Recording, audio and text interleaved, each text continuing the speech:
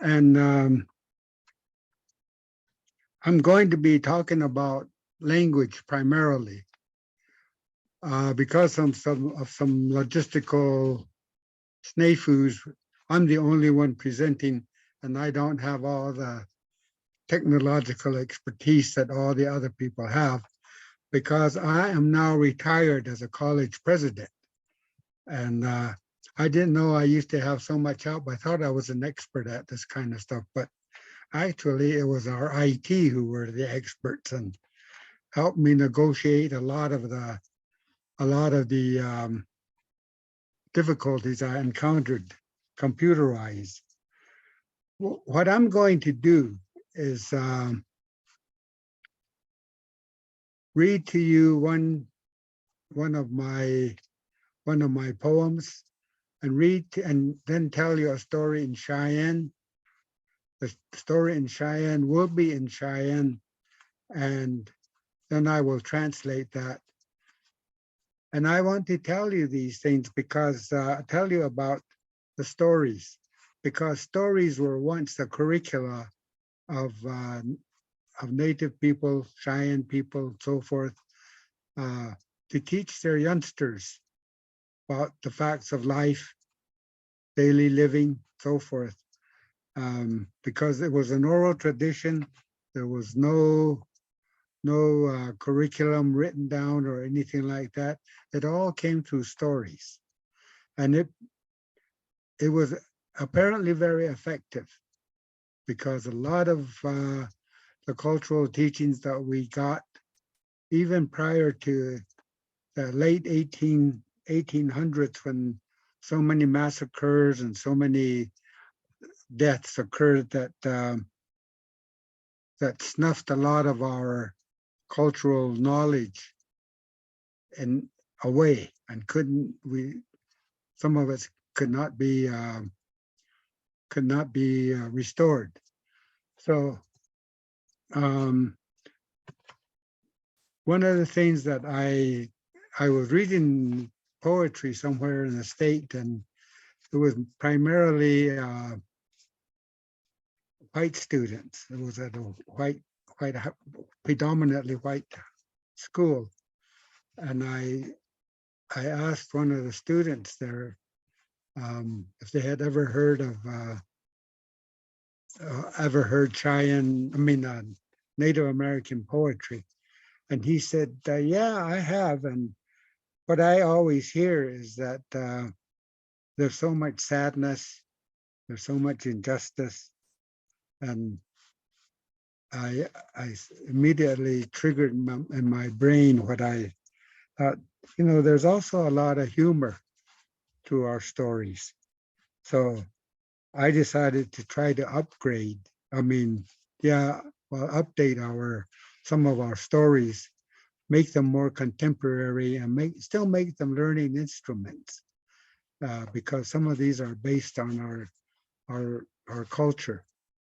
The one that I'm going to read to you, it'll be totally in English, so you don't have to put your Cheyenne ears on, is one that appears in this big green book called Birthright to Poetry, Born to Poetry,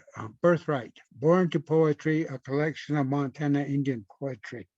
So I'm not the only one there. There are a lot of other writers of their language, of their cultural experiences. And so here we go with the first poem.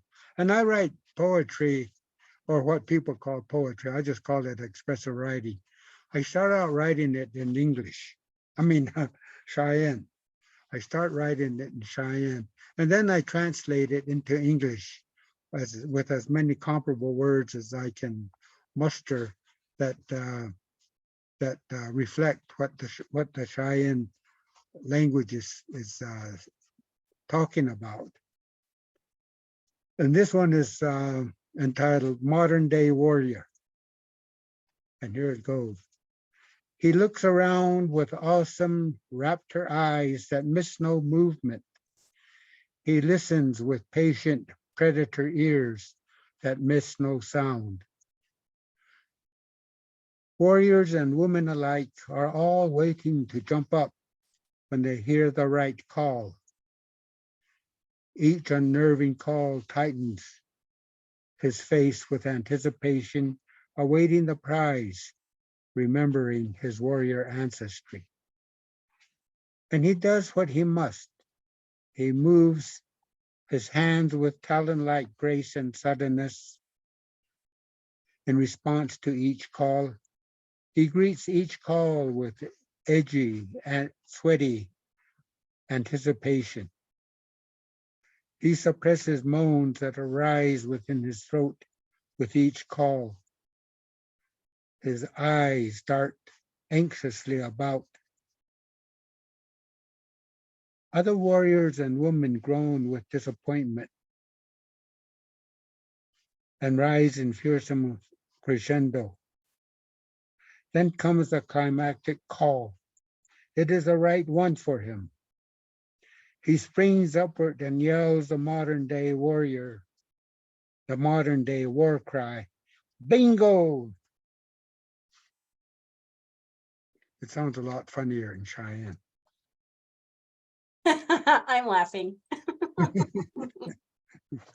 That's the problem with Zoom. You never know the reaction because you can't see the reactions. Anyhow, we need to update our stories like this, because many of the stories that we have, there were no cars, no radios, nothing that's here today.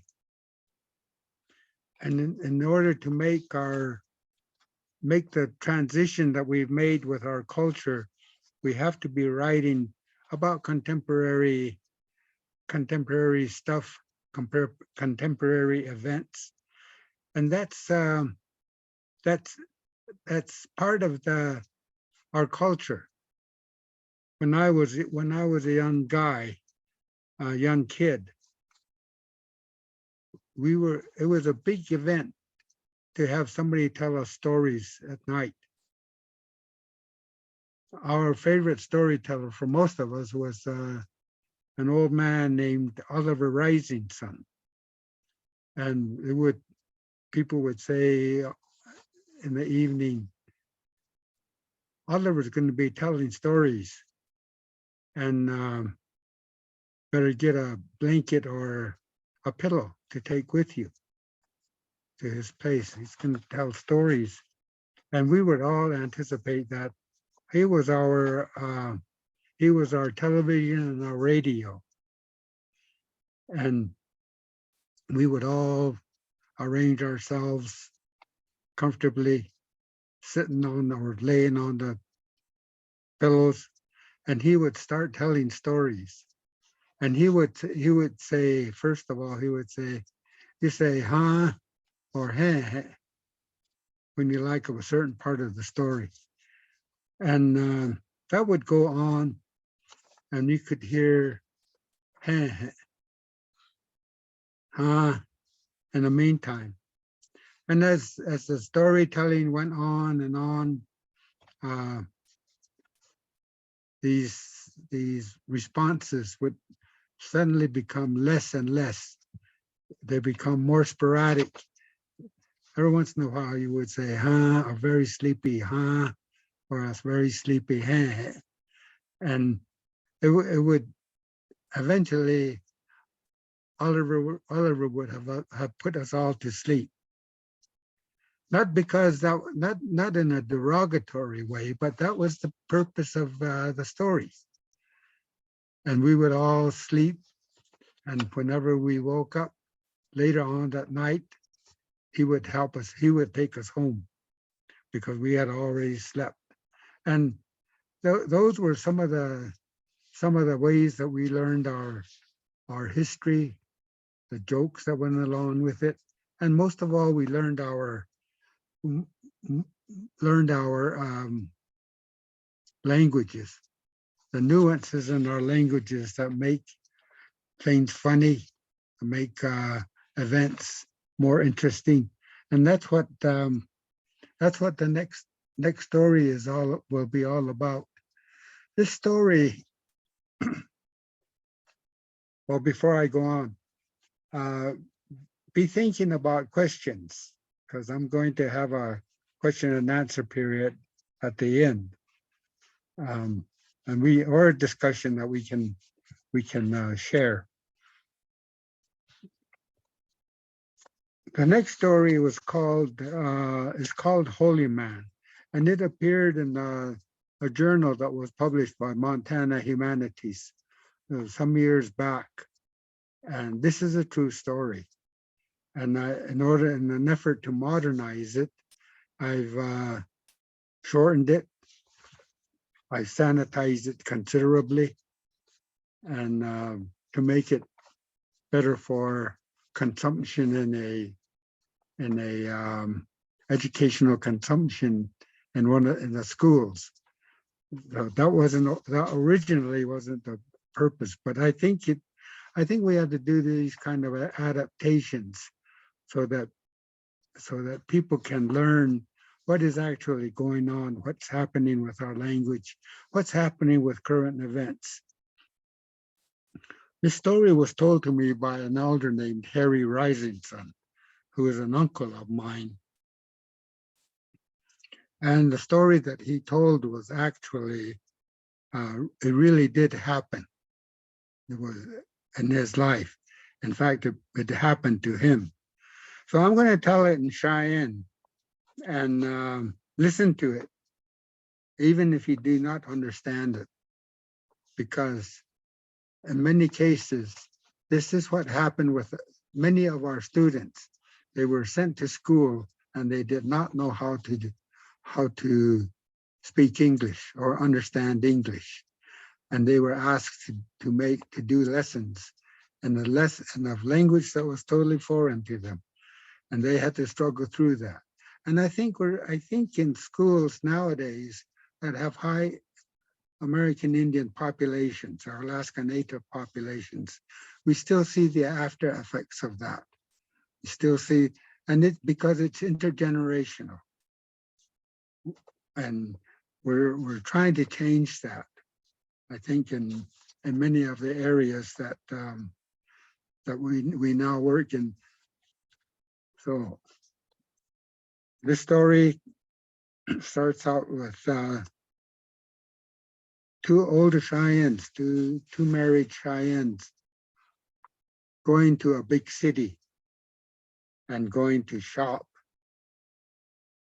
After they got to the big city, there was they did their shopping separately. A man went to the hardware store, and his wife went to the clothing and grocery stores and other places. And Harry probably went to the pawn shop. He wandered the streets and also was mostly sightseeing. But pretty soon it became time to leave. They had spent most of the afternoon there and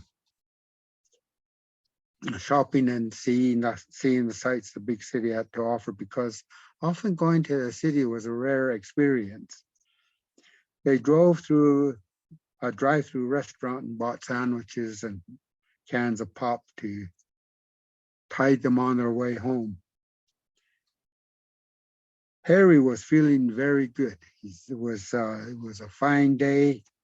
Grasshoppers were crackling all over, and the birds were singing. It was such a beautiful event, and all this beauty that he saw was just powerful. As they drove along, they came to a row of electrical and transformers. And there he stopped. He got out his prayer cloth from the back seat, got out of the car, and wrapped a blanket around his waist. He decided that he'd go pray by the transformers because they looked so mysterious and sounded so ominous. His wife was looking at him warily, and she said, I suppose you're feeling holy again. What you gonna do? Go pray? You always start feeling holy when you see these transformers. Well, Harry didn't pay her any attention. He laboriously crawled up the steep cut bank, crawled through the really taut barbed wire fence. He and his prayer blanket got caught by the barbs many times, but he finally made it through. He brushed himself off, tightly tied the prayer cloth about his waist once more. His wife was still staring at him from the car. He was standing at one end of the transformers, arms wide spread as if trying to embrace the transformers. But he could hear his wife yelling at him faintly because a slight breeze had muffled her voice. He was overwhelmed by holy feelings as he stood there, his eyes closed, hearing a prayer out loud, saying a prayer out loud. Then a lull in the breeze. Then there was a lull in the breeze, and he plainly heard his wife hollering, "Look behind you." She normally didn't yell at him, so something must be wrong, he thought. He heard her holler again, "Look behind you." His arms were spread out, his unfinished prayer still on his lips. He looked slowly behind him anyhow. Standing behind him was the biggest Hereford bull he'd ever seen. The bull seemed to be sniffing his butt, and his upper lip was curled back. What should he do? What should Harry do? He put his arms down, run, scream. He did all three. He ran to the barbed wire fence, got through the taut wire easily, went scrambling down a steep bank, and was in his car in no time. He left his prayer cloth hanging in the fence. He started his car and zoomed down the road.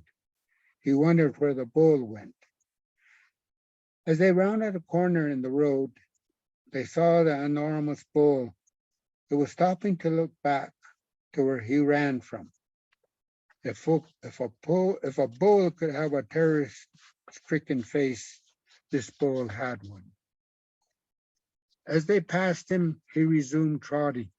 No doubt that there weren't any cows around him to see him so frightened. And that's the end of the story. What are the lessons learned from this story? One of the things that we learned is that modern stories can also be learning instruments. Most of the stories, as I have said, that we now use come from way back when.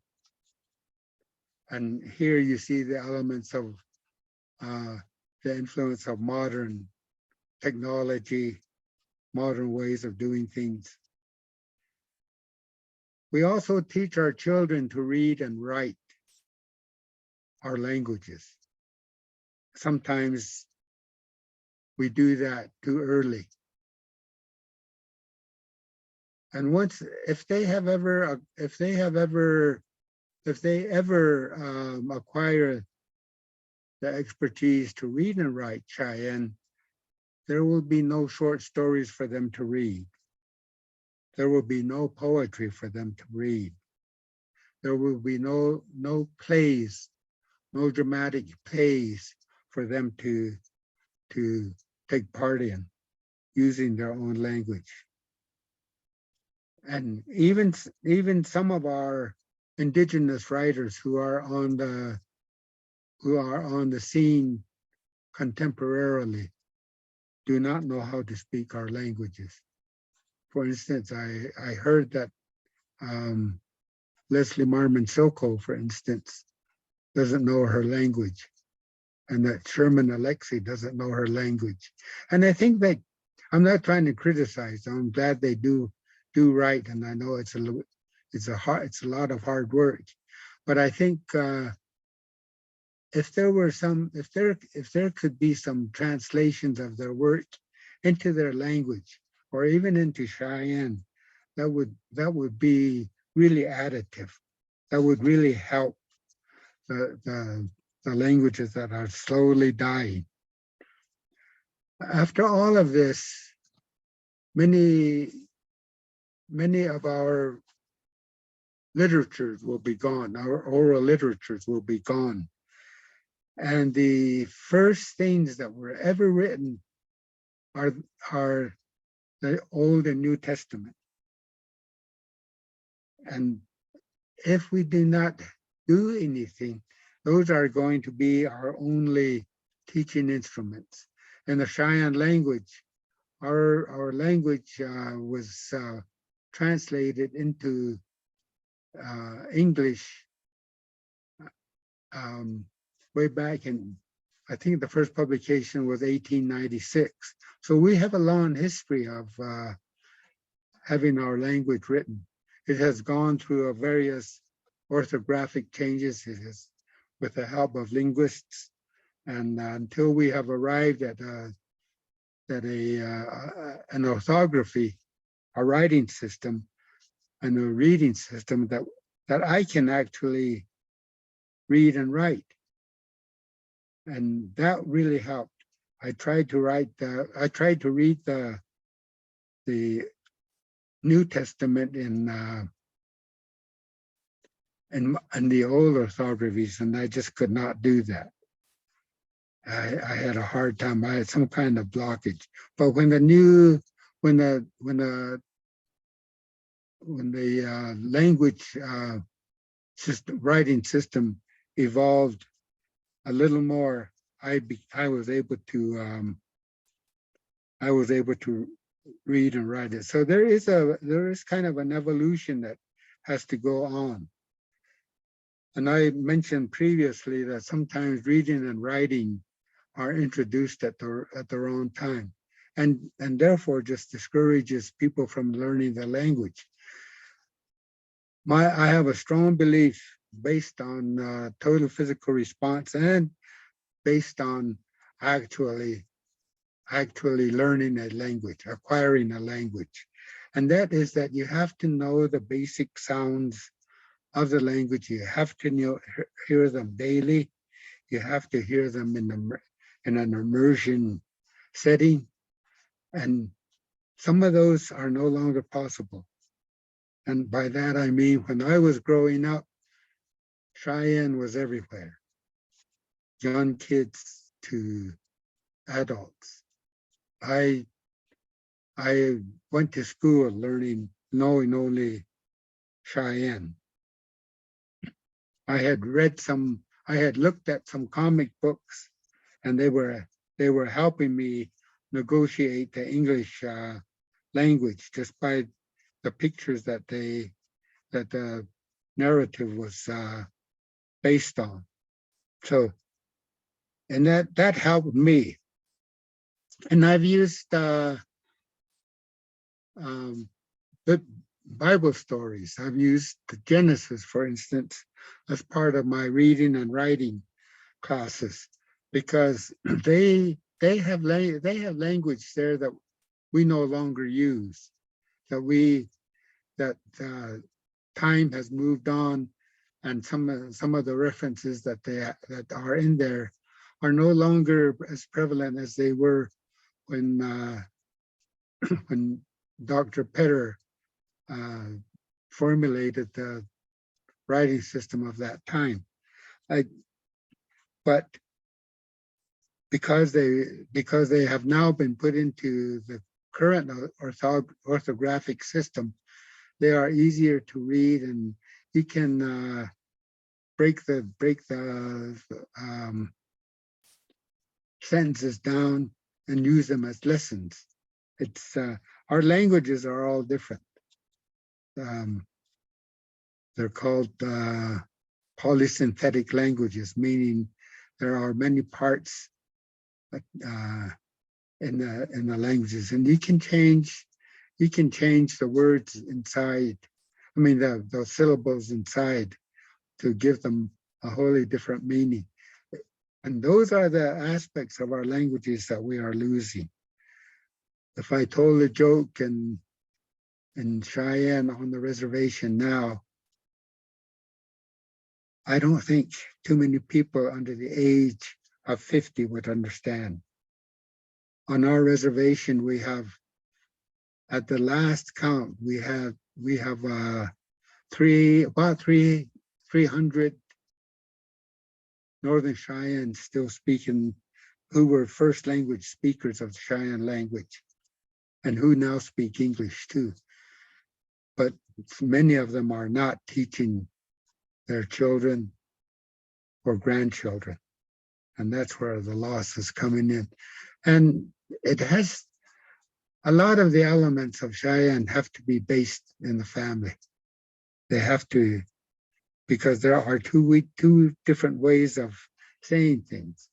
By that I mean there's usually a female version of events, or a female version of whatever you're talking about, tools, tasks, and so forth. There's usually a little difference. In fact, when I first came back to the reservation back in 1996, I was asked by the president of the college if I would devise a test for the class 7 people. So I did. I based it on how many people were still speaking the language, and I figured it would be all oral. And I did a test, and there were only 5 people who were able to read and write the Cheyenne, read and write the Cheyenne language. And that was really difficult, because one of the requirements that were approved by OPI, because that's who we had to send it to, was that they would have to pass a reading and writing test. Well, nobody could do that. So I just eliminated that with a consent of the college board.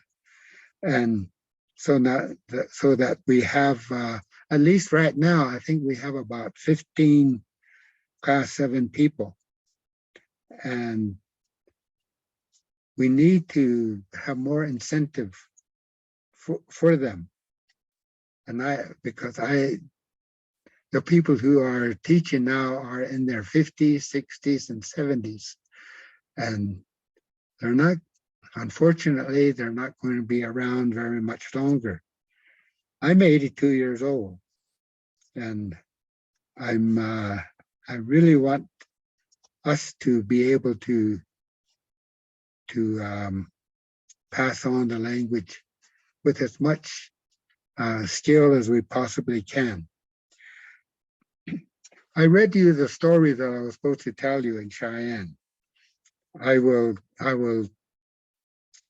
kind of skipped over myself here.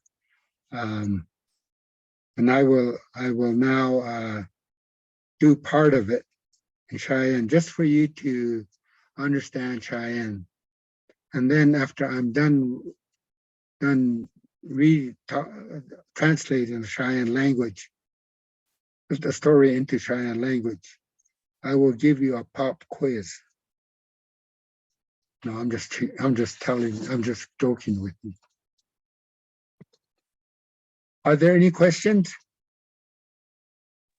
There haven't been any in the chat yet. Make sure to put your questions in the chat. And just so you know, we won't be unmuting or having cameras on for our participants, because we are recording this to share on YouTube. And so that would require us to ask for permissions. But if anyone has any questions in the chat. But I was wondering, when you were talking about, only so many language speakers being left, and it was one of our conversations that we had fairly recently, you and I, about removal and how that impacted ceremonies, and how, what sort of impact did removal also have on language? It had the same impacts. And I don't know what you mean by removal. We were talking about, during the reservation area when the Northern Cheyenne were, put on the reservation and the traditional Aboriginal territories were greatly reduced. In addition to, what the shift to Oklahoma. Yeah. The Southern Cheyennes and the Northern Cheyennes speak the same language. Of course, there are because of geographical distancing, and because of different references that in the geographical area, there are very few deer in the Southern Cheyenne area, and that's all very highly regulated. Whereas on our reservation, we can hunt whenever we want. There are no seasons. So those kind of things really make a change. Some of the Southern Cheyennes come up and hunt on our reservation, of course, with our permission.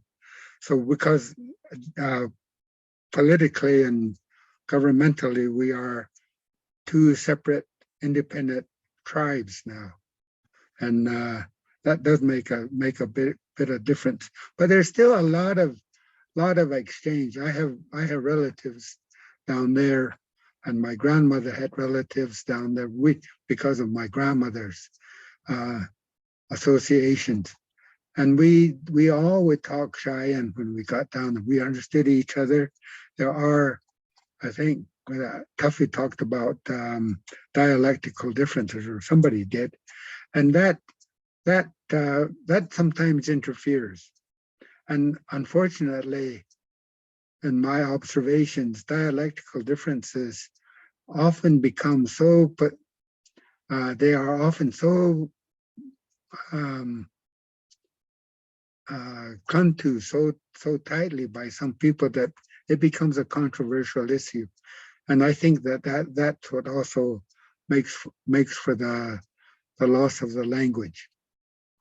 We have about 12,000 people on the Cheyenne Reservation here in Montana enrolled. 6,000 of them live on the reservation, and the others are spread throughout the United States, partially because of relocation and the very genocidal practice of relocation from reservations to urban areas without proper support. But some people were able to make it. There are Cheyennes living in almost all the major cities west of the Mississippi. So, but many of them don't speak the Cheyenne language anymore. I get calls from people who ask me, how do you pronounce this? We have the Cheyenne name.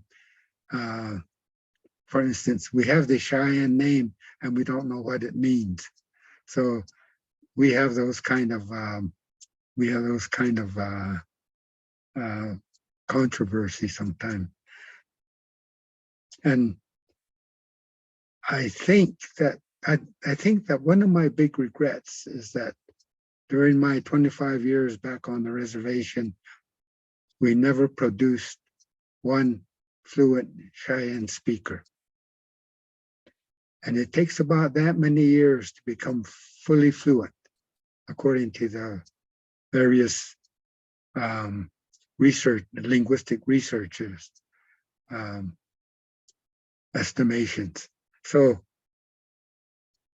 yeah, it's a difficult process when you're trying to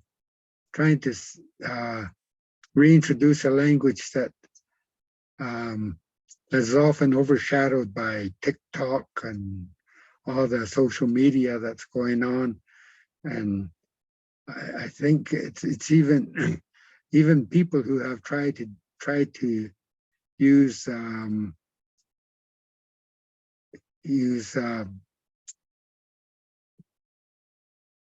television. I mean, not television. I keep forgetting the terminology. I'm not very good technologically.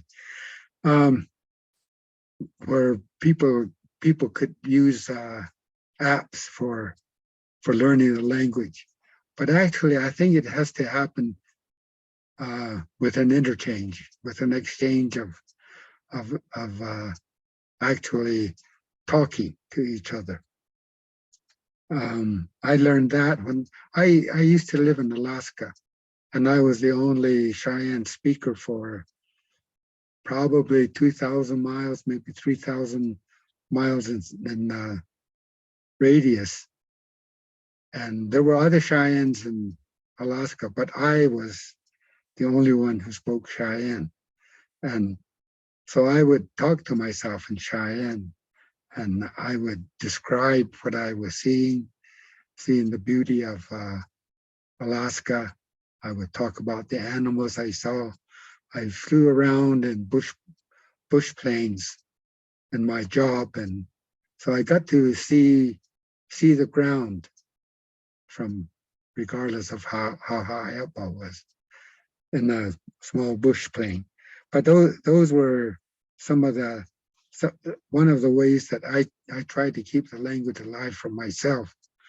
And I later heard, when I was telling somebody about this, they says that's what's called self-immersion. And I basically, that's how I learned the language, learned how to read the language, so forth. So it takes a lot of effort. It takes a lot of effort. I know that's kind of a long answer to your question, but there is still, we can still communicate. My sister who's also a first language Cheyenne speaker, first speaker of the Cheyenne language, spoke with her husband, who was Southern Cheyenne, and it wasn't a barrier or anything like that. What they didn't do, which they've later regretted, is to teach Cheyenne to their children.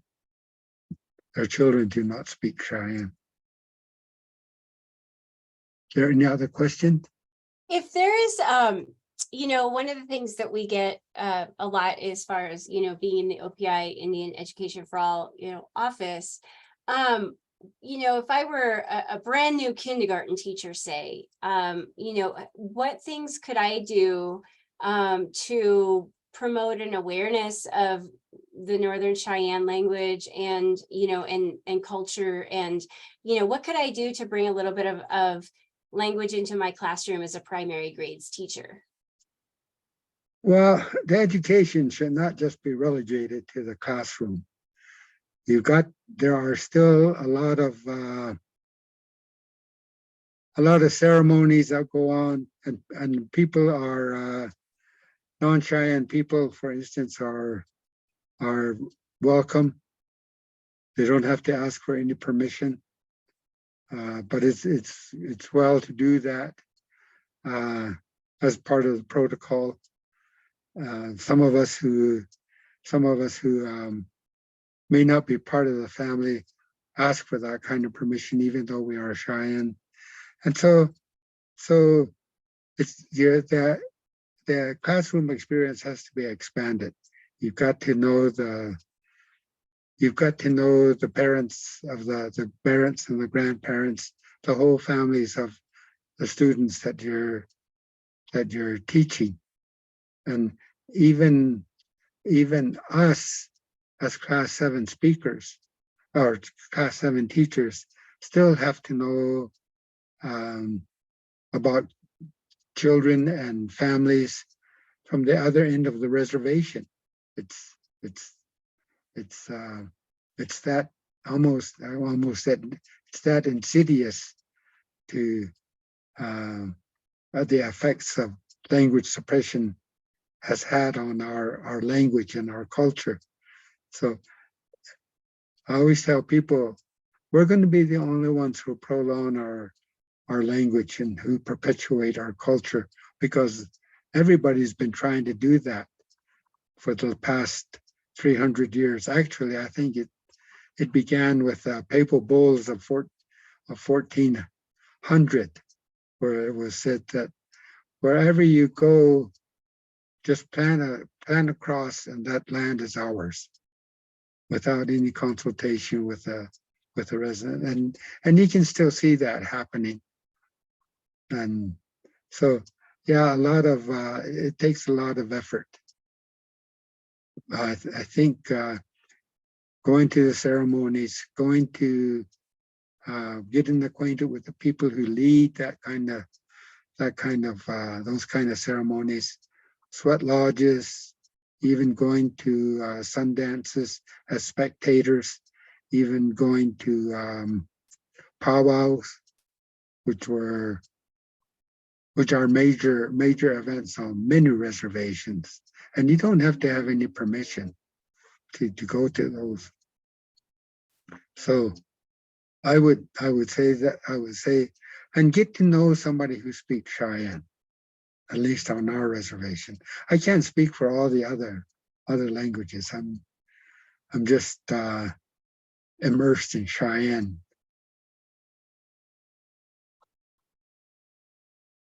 Well, that's fair enough. That's absolutely fair enough. I did want to make sure that everyone saw in chat, and I will repost it here in the next few minutes. Excuse me. But Dr. Littlebear showed the copy of Birthright, and that is available in PDF on our website. And when we published that in the paper version, we also got many of the poets together, including Dr. Littlebear, and we recorded them, made videos of them reading their poems. So that is also available on our website, and I will repost those links there a little bit earlier in the chat there. So those are available. And I really love what you have to say about, go to a reservation, go to a powwow, go to a ceremony. As someone who was invited to a ceremony, and I had the deep honor of being able to actually participate in it. That was life-changing. And the relationships that I came away with were very different than, had I just watched a few videos or just to come virtually to, some training. So I think that is a really wonderful way, and powwows are probably one of the easiest things to go to and be a spectator at. And you can respectfully ask people questions if you notice a difference in regalia.